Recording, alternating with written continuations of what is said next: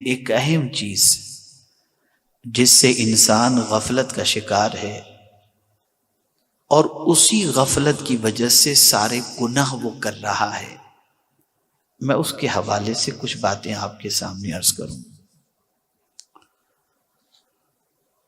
اور ایمانیات کے باب میں سے ایک باب ہے مرنے کے بعد اٹھائے جانے کا یقین اور عقیدہ، جسے عربی میں کہتے ہیں بعث بعد الموت۔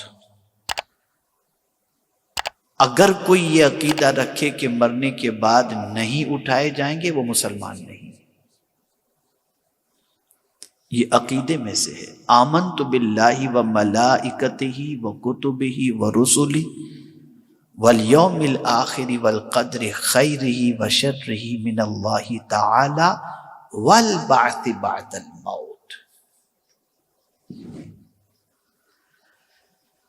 یہ عقیدہ اتنا کمزور پڑ گیا، بلکہ اب تو پہلا عقیدہ بھی کمزور پڑ چکا ہے جو اللہ سے متعلق ہے، وہ بھی دن بدن کمزور ہوتا جا رہا ہے۔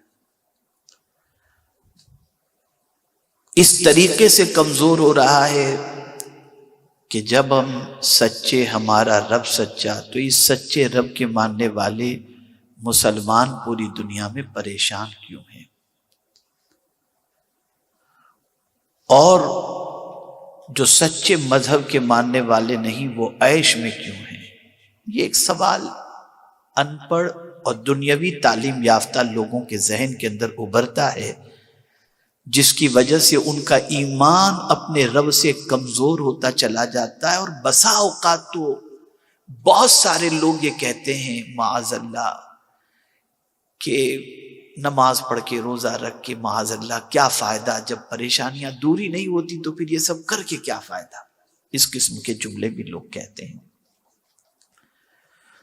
تو ایمانیات، ہمارا شعبہ جو ہے ایمانیات کا، وہ کمزور ہوتا جا رہا ہے۔ اللہ پر ایمان جیسا ہونا چاہیے ویسا نہیں، اللہ کے رسول پر جیسا ایمان ہونا چاہیے ویسا نہیں رہ گیا،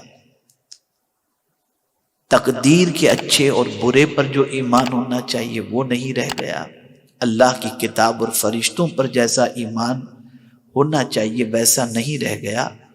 اور چونکہ یہ ایصال ثواب کی محفل ہے، اس لیے میں بعث بعد الموت کے حوالے سے کچھ باتیں عرض کروں گا انشاءاللہ۔ جس طریقے سے موت یقینی ہے کہ مرنا ہے، اسی طریقے سے یہ بھی یقین رکھو کہ مرنے کے بعد اٹھایا بھی جانا ہے۔ اور موت کا دوسرا نام یقین بھی ہے۔ قرآن کہتا ہے وَاعْبُدْ رَبَّكَ حَتَّى يَأْتِيَكَ الْيَقِينُ، اپنے رب کی عبادت کر یہاں تک کہ تجھے یقین حاصل ہو جائے، یعنی موت آ جائے۔